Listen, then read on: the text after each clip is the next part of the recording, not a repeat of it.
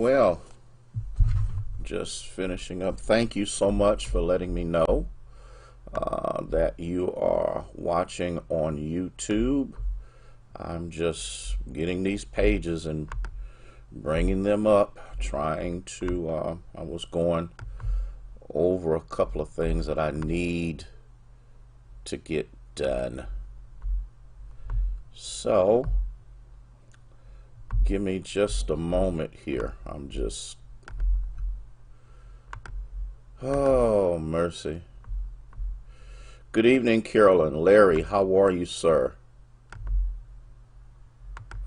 Cecile, I see you. And, of course, this one page that is always so slow. Mines. So let's see if I can get my page up and running. There we go. Good to see all of you who are coming on. Sorry it took me so long. I was trying to get this other thing done. Ayana, how are you? Lavonda, Denise, Carolyn Johnson, Dorothy, how is everybody? Let me do this real quick.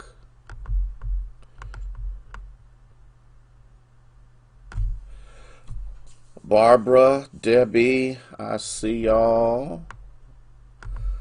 Oh, it's always something. I just want to make sure that I can see everyone appropriately.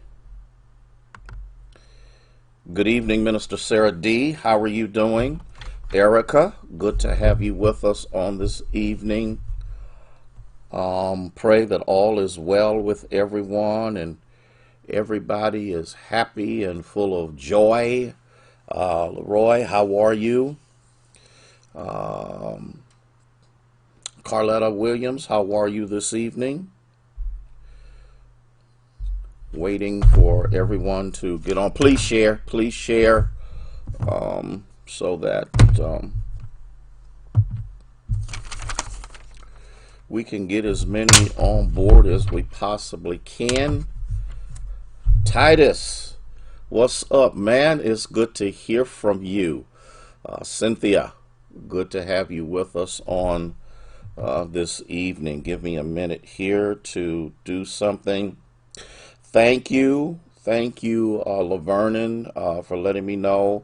And thank you, Veronica, for letting me know that YouTube and the website are running just fine. And we want to welcome those who are on the website. We also want to welcome those who are on YouTube as well to be a part of our learning experience on tonight. Tyrone, how are you this evening? Mary, good to have you with us. Cora, how are you this evening? Make sure you share.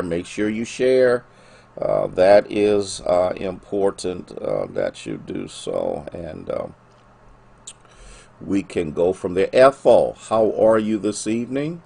Sister Thomas, Deacon Thomas, good to have the two of you with me. Kim, how are you? Maria, Janet, good to have you on board with us. And I see Denise and Lavonda. I see the two of you. Put this right there. Sylvia Scott, how are you this evening? Pray all is well with you one and all. Hope you stayed warm because it is going to be, and it's cold, but it hasn't really gotten cold yet. Not yet, but it's coming. And I need you to be aware of that. All right. Tell the grandchildren I said hello. Good evening, Sherry. How are you this evening? Winnie and Denise, I see you as you are coming on board. Tom, what's up, sir? Glad that everyone's having a good day. Thea, good to have you with us on this evening. Lady Harrison, good evening to you. Jaleesa, how are you? Good to have you with us on this evening. Raymond and Vernice, glad y'all are on board with us. And we're going to get started in just a minute. Today is day 30. Can you believe it? 30 days have gone by on our fast. We have 10 more days to go. Charlotte, how are you? Good to see you this evening as you're coming on board. Minister Faye, good to have you. Walina, how are you this evening? And so 30 days have gone by. We've been different. And what do I mean by different? We've struggled. We're struggling. Many things that we normally, hey Gwen, many things that we normally do and eat and participate in escape us, and we're trying to not get caught. I was in Giant Eagle today. I needed to pick up a couple of things, and when I tell you, what does Pastor Thomas said? Confession is good for the soul, but bad for the reputation. Um, and so that fried chicken smelled so good, and then the lady who was at the checkout who rung me out was saying that she's on a diet. And so we got to talking, and she was like, this is killing me because you smell all of the food, and then people come through there with all kind of stuff, and it just makes those moments sometimes unbearable. Make sure you share. Make sure you share. Make sure you share, Laverne. Make sure you share. Got your vaccine? Way to go. I got text messages and messages from people who even got on today, and they'll be getting their shots next week. So we're grateful to God. I'm asking for those of you who have not gotten phone calls yet, just kind of be patient. And the reason we're asking you to be patient is because now they are vaccinating the I think the teachers, and so that has become the priority. Yeah, it is, Laverne. People lie like, oh, this is a piece of cake. No, well, it's really not. Bobby, how are you?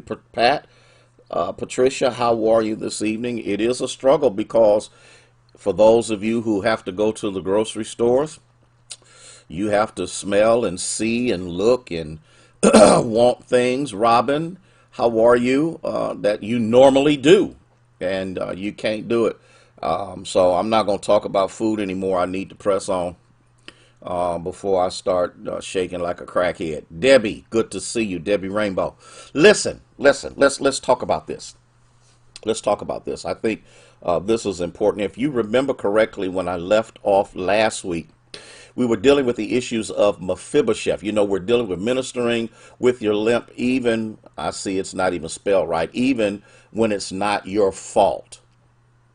And you have to think about this. You really have to think about this. Yeah, share. Make sure you share. Thank you for letting me know that you share. Pat Axel, how are you? Make sure that you share. That is overwhelmingly important to make sure that you get that out there to try to get to as many people. We have quite a few people who really do love to be a part of our learning experience and want to make sure that they are on as well, especially if they are not like my friend or the church's friend, but they're your friend. And when you pop up, they usually go to your page to see what you have to say. So in the midst of that, we see clearly that Mephibosheth has found himself in a vicarious situation. Now, he's only 5 years of age, so he is not aware of the repercussions and the things that could possibly happen to him due to the fact, okay, you send your husband, Mary, you need to stop. What happens is the nurse, the person who is in charge for caring for him, when she had heard that Saul and Jonathan were dead, and you have to remember, Mephibosheth is next in line, next in line for the kingdom. And yeah, I know, Gwen, it's 30 days. I need help. I'm telling y'all, I'm just losing it all the way around. So, in the midst of all of this that's going on, when he hears of the death of his father and his grandfather, the nurse becomes shaken. The nurse becomes frustrated. The nurse doesn't really know what to do. And so what does she do? She picks him up and begins to run. Now, as I shared with you before, there's a reason why she was running, is because in ancient Eastern culture, it is very clear that whenever a king conquered, the next thing that that king would do is kill all of the adversaries, kill Paulette, kill everyone who would appear to be a threat to the ensuing kingdom. And this is important for us to recognize. And so when she dropped him, she didn't mean to do it, but when she dropped him, it crippled him in his feet. Now, eventually, when David became king, Daryl, how are you this evening? When he became king of Israel, he did what those kings did. He went about and he killed every adversary. He killed every person that could possibly rise up against him. That's what he did. He made sure that he annihilated every single person. But we have to remember something, and I think this is kind of where I left off on the last time, was many times people have let us down. Many times people have disappointed us. Many times, while we talk about, how many people have let us down and how many people have disappointed us and how many people, Wendy, we have depended upon and they weren't there when we needed them, we got to flip that script just a little bit and let it be known and let it be understood that every one of us has disappointed people. Every one of us has let people down. Every one of us have given our word out to people, and we have not yet kept our word. Carol, how are you this evening? Good to have you with us. Make sure, as you are coming on, make sure that you share. Make sure that you share. And so Mephibosheth now has a physical limp. But here's the thing that has to be, and this is so hard to grasp or even appreciate, because for the most part, we want to have perfect lives. For the most part, we don't want anything to go wrong. For the most part, we want to live in what we would call utopian thinking, full of victory and might and power. And how in the world could God allow me to go through that? How in the world is this aura supposed to work together for our good, Nancy? How in the world would a God of love, a God of joy, a God of peace, a God of happiness figure out some way to take calamity and work it out for good? And that's an amazing thing, because he allowed this to happen. His life was radically changed from that point forward. Because you must remember, and I want you to hear this, Mephibosheth was living a life of Riley. He was waited on. He was pampered. He was taken care of. He was bathed. He was fed. Why? Because he was the king's grandson. And Tina, how are you this evening? And because he was the king's grandson, he was accustomed to a certain lifestyle. kind of reminds us a little bit of what's happening even now in the midst of the pandemic. There are those who have been used to being able to pay their bills, though on many occasions maybe they barely were able to pay them. There were those who could go and come as they please. They could get on a plane and go on vacation and do whatever they wanted to do. They could go to restaurants and eat out and enjoy whatever they wanted to. They were accustomed. I wish I had somebody that's catching where I'm coming from, and I hope you hang in here long enough to see where I'm going. We had been accustomed. You got to think about this. You got to, and for some of you, maybe you haven't done these things, but you gotta catch this, Latanya. You got to catch this, because this is important. Because when what you are accustomed to experiencing, what you are accustomed to participating in, I was accustomed that on Sundays, Lady Harrison and I couldn't figure out where we'd want to go eat. I was accustomed to be able to getting on a plane and going on vacation. Haven't seen vacation since March. We were accustomed to going into the stores and browsing and basically doing everything that we wanted to do when we felt like do it. We were accustomed to doing that. And now all of a sudden the pandemic, not for everybody, because some people just don't learn. But we can't do what we used to do. We can't be in crowds like we used to. We couldn't go to the shows, the games, all of the things that we used to not even think about.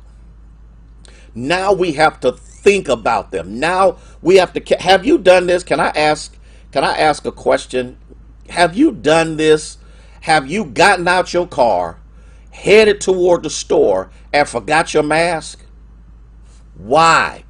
Because we were so accustomed to hopping out that car, running into that building, getting what we want, get up out of there, get back in our cars. So what do I have to do now? And I just did it the other day.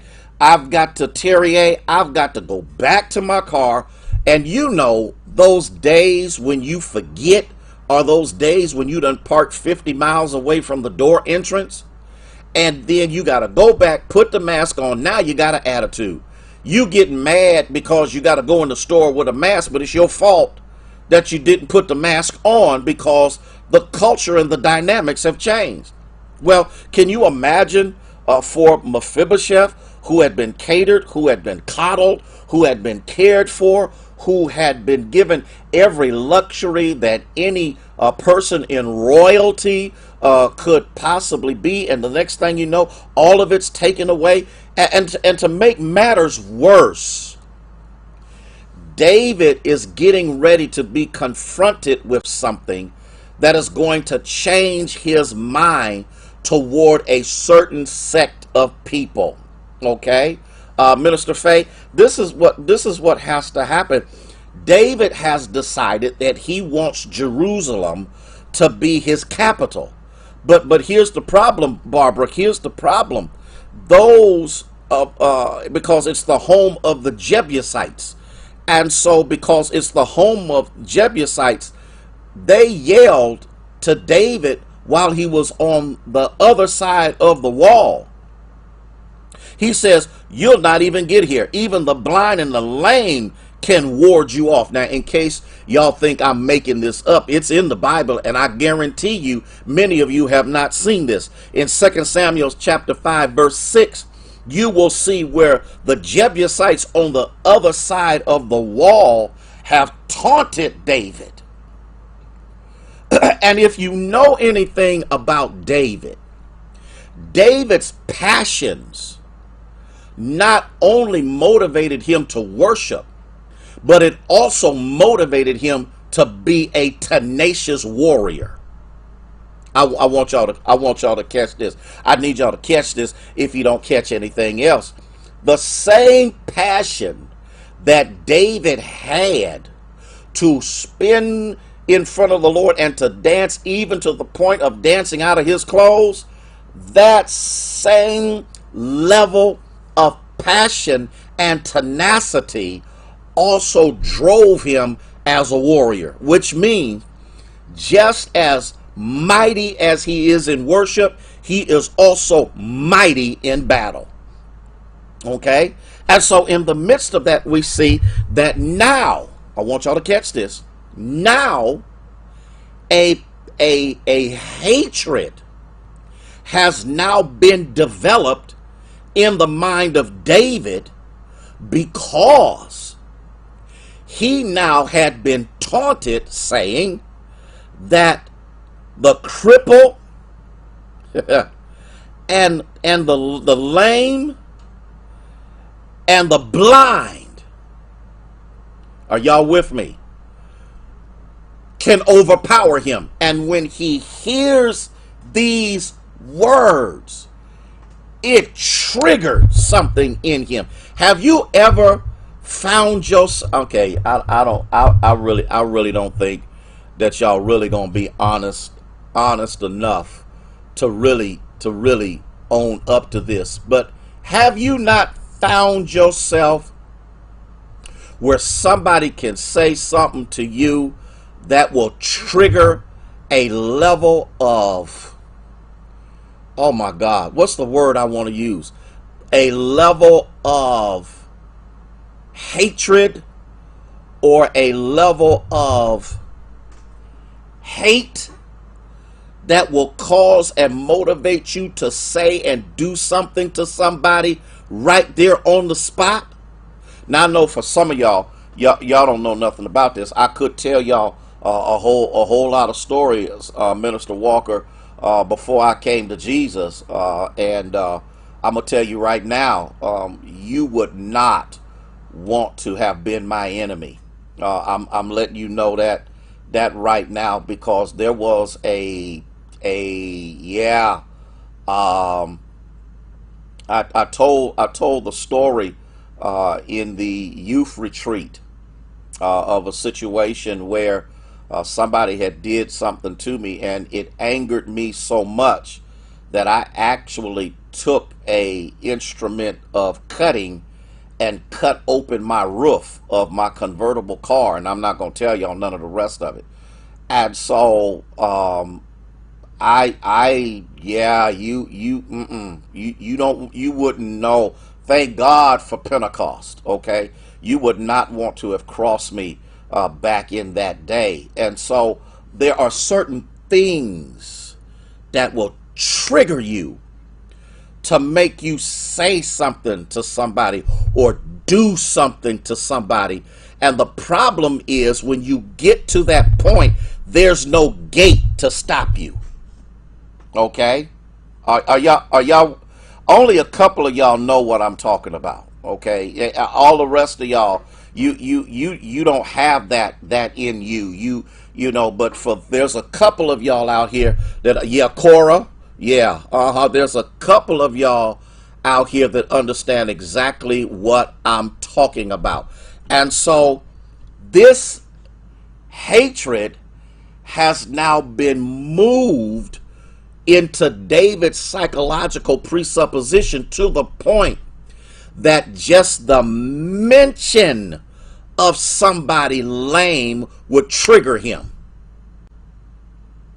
And I want to talk about that for just a moment. I want to, Myrna, I want to talk about this. I want to talk about the triggers that we still have, that we unleash on other people, and the people we unleash them on are not the people that did something to us.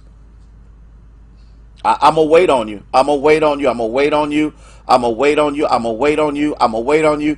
I've seen people who are nasty toward people who may say something that sounds like what someone said who hurt them, and the first thing they want to do is retaliate.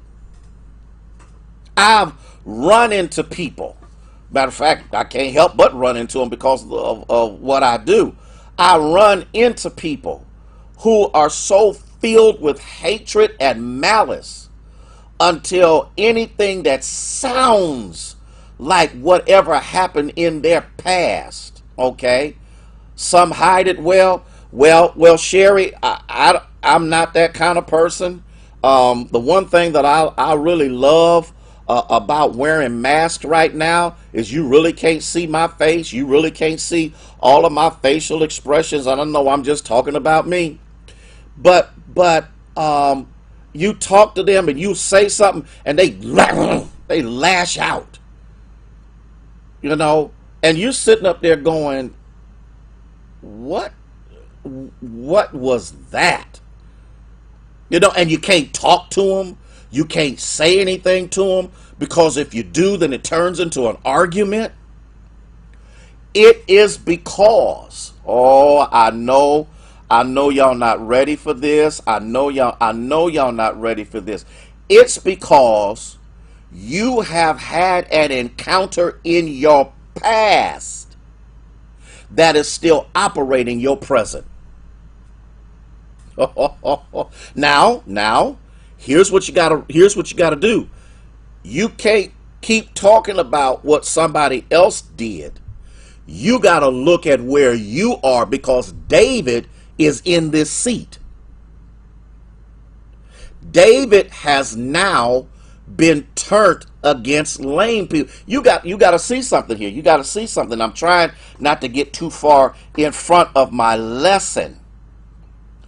But here's what I'm trying to get us to recognize, is that all of us have triggers that we unleash on other people that were created by somebody else. And we miss out on enjoying life because we too busy trying to pay other folk back for what somebody else did to us 30, 35, 40 years ago, 50 years ago, 60 years ago. And so this level of hatred can now eclipse the promise that David had made to Jonathan. Okay, all right. Because how many blessings are missed because we are still living under the control of a past experience? How many of us are not enjoying life because of what some jerk said to us 60 years ago?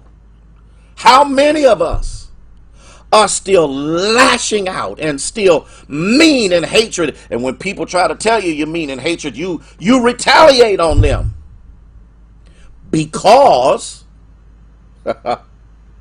you can't see what has happened. Well, this has happened today. If y'all don't believe me, 2 Samuel chapter 5 verse 8 says clearly that the lame were hated by David's soul. Wait, Denise, y'all not catching this. This is not some lightweight, oh, you make me sick, I can't really stand you kind of hatred. This hatred that has now been created in Saul's spirit is now controlling his behavior to the point that the mention of someone who is lame or crippled triggers that level of hatred of annihilating people who are in that condition. I wish I had. Am I teaching this thing? Am I really? This is real talk, Minister Sarah. I need us, Tina. Are you catching what I'm saying? Carolyn Johnson, Carolyn Williams, Nancy, Lady Harrison, Herma, Cynthia. Are y'all catching what I'm saying? I'm trying to make sure that I'm not just talking to myself.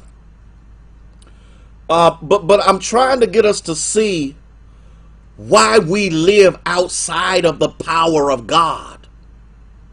And then, Joanne, we have the nerve to try to become teachers to other people while we ourselves are yet still crippled.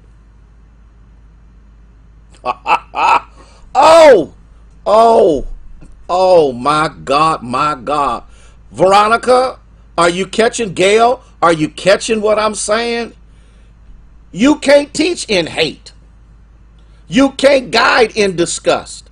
You can't think clearly when you are mad at something all the time.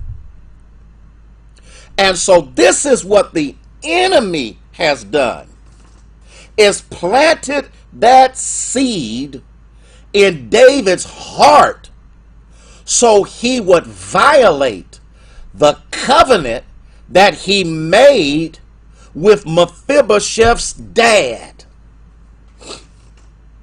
Oh, I wish, Minister Michael, I wish Herma, I wish I had somebody that could this is the reason that people cannot be effective in life or ministry, is because they are still filled with hatred from the things of their past. And the past is still controlling their behavior. And they can't see, everybody else sees it.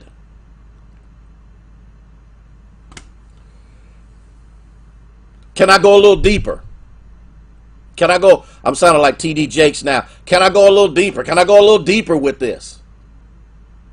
Serena, can I go a little deeper with this? Then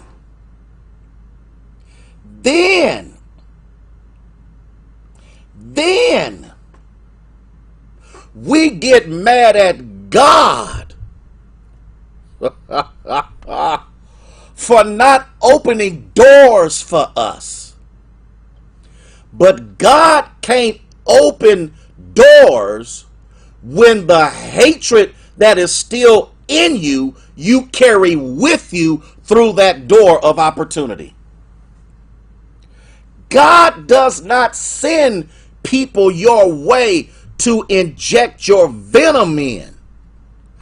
God sends people your way to show them how Jesus Christ took the venom out.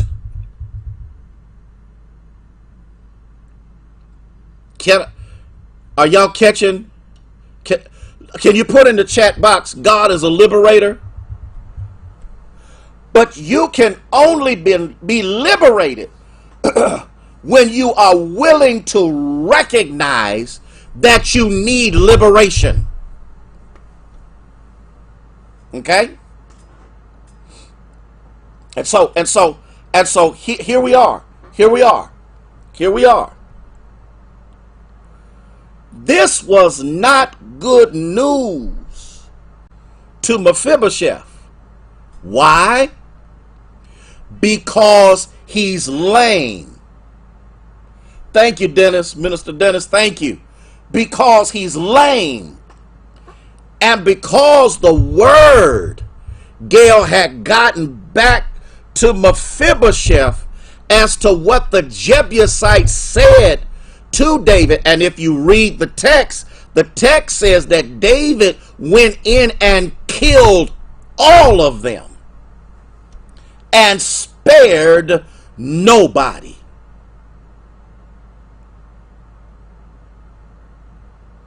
I wish. And see, here's the problem. We're not willing to confront ourselves, but we ain't got no problem confronting somebody else. Yeah, put that in the chat, please. Put that in the chat. God is a liberator, because sometimes you need to tell yourself that God is a liberator. I see y'all. Thank you. Sometimes you need to see that God is a liberator. He can set you free from yourself. Oh, because can I tell you something? Oh, let me calm down. Let me calm down. Can I tell you something? Can I tell you something tonight? Half of your issues will disappear if you let God liberate you. There it is. Edgar, can y'all catch this? While we are so busy wasting life, mad at people, Let God liberate you. For whom the Son has set free is free indeed.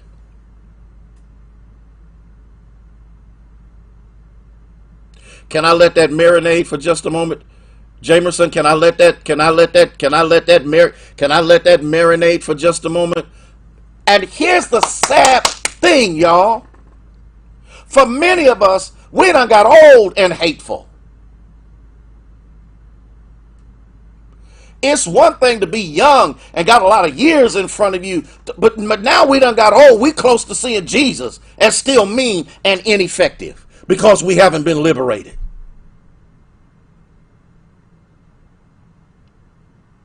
Okay, now let's look at this. The nurse and the 5-year-old is sure that they're next. They're going to die next because David's heart, remember what I said, 2 Samuel 5:8,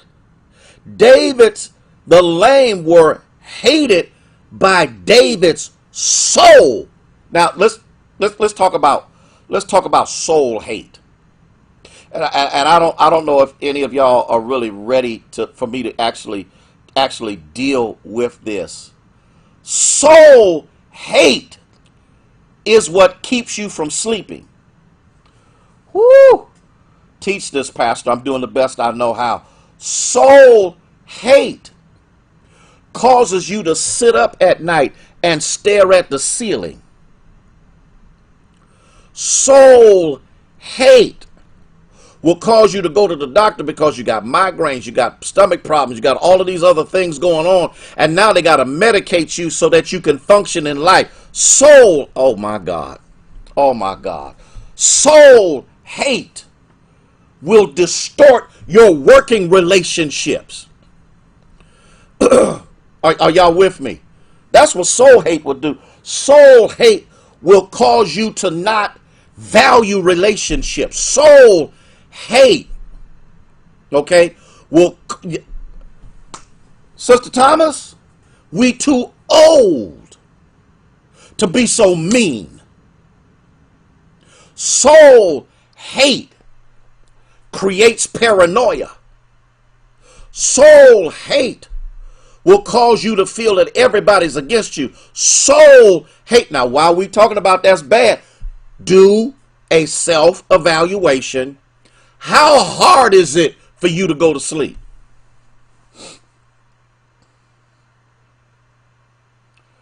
Woo! What do you have to do for you to get some rest? David's hatred is so deeply rooted in him that he eats, drinks, sleeps, and lives in that hate.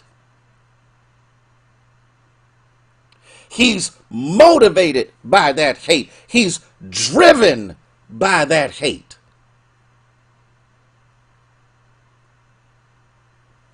They probably felt that Mephibosheth's days are numbered, and that's why he went into hiding. You may not have been crippled by life's blows and feels that you have no one to protect you. Maybe you've even created some of your limps because of your own sins and otherwise unwise decisions. Who you can count on in the midst of your fear and despair.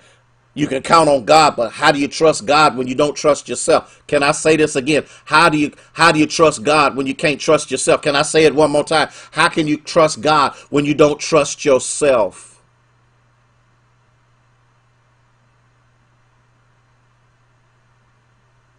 God, are y'all with me? Put in the chat if you don't mind, but God has a plan. Because you got to see this. You got to see this.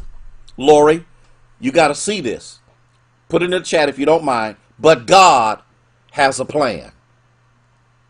Oh, bless his holy name. And not only does God have a plan for Mephibosheth, God also has a plan for you. You may be lame in some way, and the truth of the matter is all of us are lame in something. But that just means that God has us right where he wants us. Jameson, don't you get started. Soul hate is mental illness. You know what? Now I've been trying to stay away from analyzing because I can. But some people have allowed this hatred to fester itself into mental illness.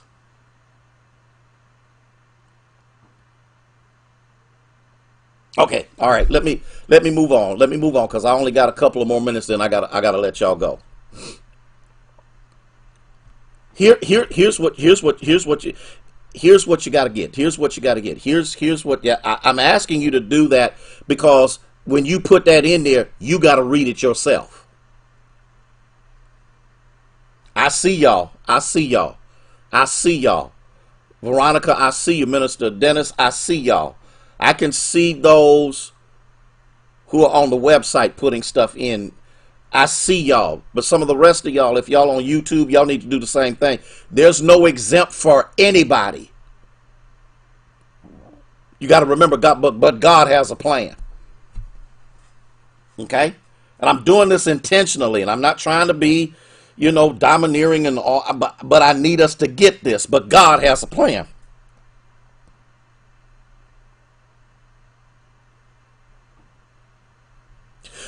We can't save ourselves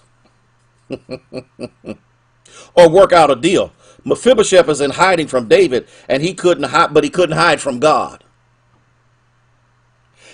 Anybody here know that you can't hide from God? Lori, does anybody know that it is impossible for you to hide from God? And so in the midst of this, we see clearly God was watching over Mephibosheth in every aspect of his life. God saw his birth. God saw his caretaker. God saw the flight and the fall. God saw the results, Doris, of the fall. Woo! And God also knows how to take the results of the fall and turn the fall into a brighter future. Oh, glory to God. Mephibosheth's life went from good to bad in just a few hours. Darlene, his life, Christine, his life turned from good to bad in just a few hours. And that ought to be a good lesson for some of us. What was it? I can't think of his name. You got to remember that today you can be on top of the world, and tomorrow the world can be on top of you. In the blink of an eye, everything that you garnered, cared for, or loved can be taken from you.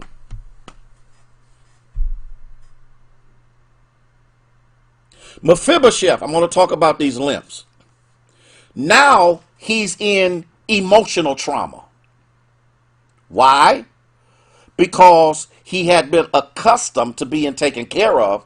Now he's in running, and he can't run because somebody's got to carry. Oh, y'all, I wish I had somebody who could catch this. He's in a state of helplessness of an unbelievable magnitude. First of all, he can't even move on his own. He needs somebody to do that. Now he's in the valley of doubt and unbelief. When you have been cared for and all of that is taken away from you, you don't know how to function in the absence of those things. He believes that what he was destined to be is now over. Has anybody here ever found themselves in a situation where you thought it was over? Dorothy, is there anybody here who's not, wasn't your back was up against the wall, but the wall fell in? Everything crashed in. Everything turned to disaster. Everything that you loved and you cared for is gone, and all of a sudden all of your dreams seem to be shattered. But I got to tell you something. I'm not going to get ahead of myself because this is about as far as I can go right now. I just want to tell you something, that I don't care how many limps you have, we serve a God who is able to still carry you. I need to stick a pin in that for just a second. Can I stick a pin in that for just a second? I need us to understand that even in the midst of our own hatefulness and meanness, and in the midst of all of the things that we have done to people, because one person has done something crazy to us, God still has a plan. I'm trying to tell y'all something. I'm trying to let you know in no uncertain terms that we serve a God who's got a plan for you. The problem is you got to let God work the plan. The problem is you got to let God be God. The problem is you got to let God confront your situation. The problem is you got to let God get in the midst of everything that's going on and show you who he is. I know I'm losing some of y'all. I know some of y'all want to turn around and flip the channel, but you need to understand something. You can't come out of something until God brings you out, but God can't bring you out until you tell him, Lord, I need you to. And let me tell you something about God, and I'm going to let y'all go. Let me tell you something about God. God not only hears, but he answers prayer. So if you really want to come out, the first thing you got to do is confront yourself. You got to look at where you are. You got to look at what you're going through.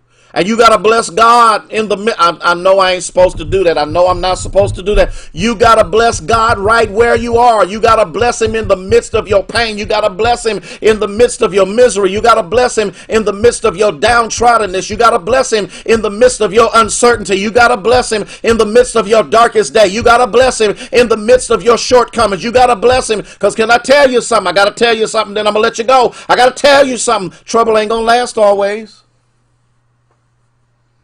Oh, bless his holy name. For I've learned. Is anybody else out there learned? I've learned that trouble will not last always.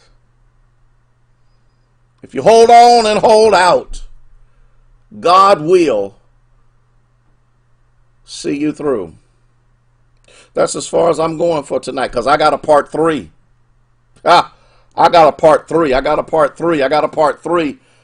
got a part 3. Jaleesa, I got a part 3. Veronica, I got a part 3. Minister Dennis, I got a part 3. Lavernon, I got a part 3. And the only reason I'm calling some of their names because I know that they are there because they came up on the thing. So don't get mad at me if I don't call your name. Just put your own name in there. I got a part 3. And in part 3, I'm going to show you how God will exalt you, and folk won't even know that you've been wounded. Y'all know we use this saying all the time, but when I get done with you next week, you'll understand that you don't look like what you've been through.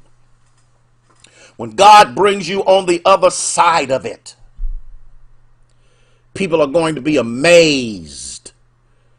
And you'll be able to tell them, you'll be able to let them know, wasn't me, but it was God that brought me through. Well, I'm done. Listen. I pray that tonight has been a blessing. I pray that tonight has challenged you and charged you and moved you in a direction whereby you will be able to seek the Lord, because I don't know about anybody else, but I want to be delivered. I don't want to live. I don't want to live beneath my privilege. I don't want to live a life that's a lie. I want to be free. Joanne, I want to be free. I want to live free, and then I can show people how to be free. The blind can't instruct the blind. I want to be free. Yeah, there's a part 3. Y'all better hear me. There's a part 3. And so I wanted to share that with you. Listen, on the screen, if the Lord has so moved you to share through your tithes and offerings, or whatever the Lord may lay on your heart to do, you can give through Givelify. Go to Union Baptist Church, 528 Lincoln Avenue in Youngstown. You can do it through Cash App, $Union 528. You can, for those on the website, you can follow the instructions. For those that are on Facebook page of Union, you can follow those instructions. You can call 330-746-1217. You can call. Someone will be there to receive your offerings, your tithes. You can do all of that good stuff. You can send a check, make it out to the Union Baptist Church, mail it off to 528 Lincoln Avenue, Union Baptist Avenue, Youngstown, Ohio, 44502. Or if you're in the Youngstown area, you can just drop that check off into the mail slot of the old building. It's secured, and we will be good stewards of your gift. I just wanted to make sure that I was a blessing to you. I just wanted to make sure. That's all I wanted to do. And even if I wasn't, you can tell me that too. That's all right. Because the thing of it is, I need to be better today than I was yesterday. Thank you, Minister Reed. I appreciate you, sir. Thank you, Veronica. I appreciate you, ma'am. I appreciate each and every one of you for letting me know that I've been a blessing to you tonight. And my being a blessing to you means now you're going to be a blessing to somebody else. Love you from the depths of my heart. Love you from the depths of my soul. My prayer is that God will show you who He is and just how mighty and powerful He is to set you free.